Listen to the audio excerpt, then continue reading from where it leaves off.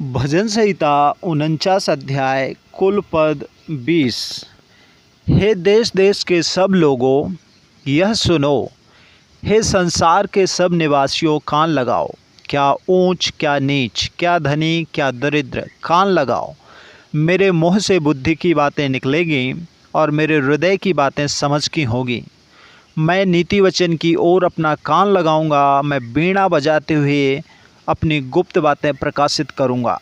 विपत्ति के दिनों में जब मैं अपने अड़ंगा मारने वालों की बुराई से घिरा, तब मैं क्यों डरूं?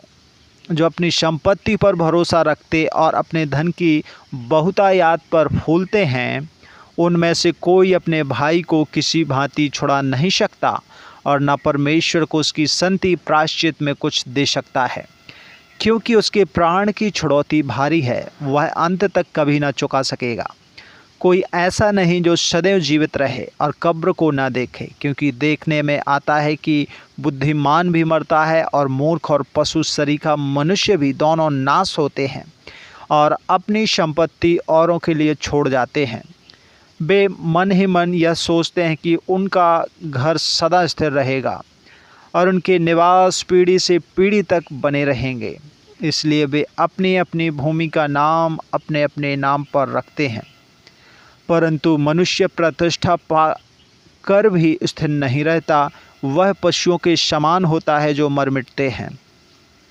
उनकी यह चाल उनकी मूर्खता है, तो भी उनके बाद लोग उनकी बातों से प्रसन्न होते हैं। वे अधोलोक की मानो भेड़ बकरियां ठहराए गए, मृत्यु उनका गडरिया ठहरी और विहान को सीधे लोग उन पर प्रभुता करेंगे और उनका सुंदर रूप अधोलोक का कौर हो जाएगा और उनका कोई आधार न रहेगा। परंतु परमेश्वर मेरे प्राण को अधोलोक के बस से छुड़ा लेगा, क्योंकि वही मुझे ग्रहण कर अपनाएगा।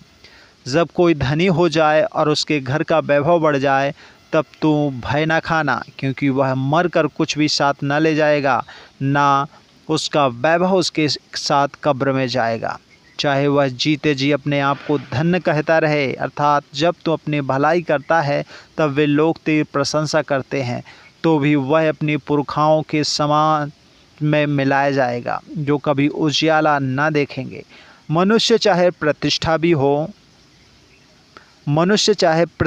भी हो, परंतु यदि वे समझ नहीं रखते तो वो पशु के समान है जो मर मिटते हैं।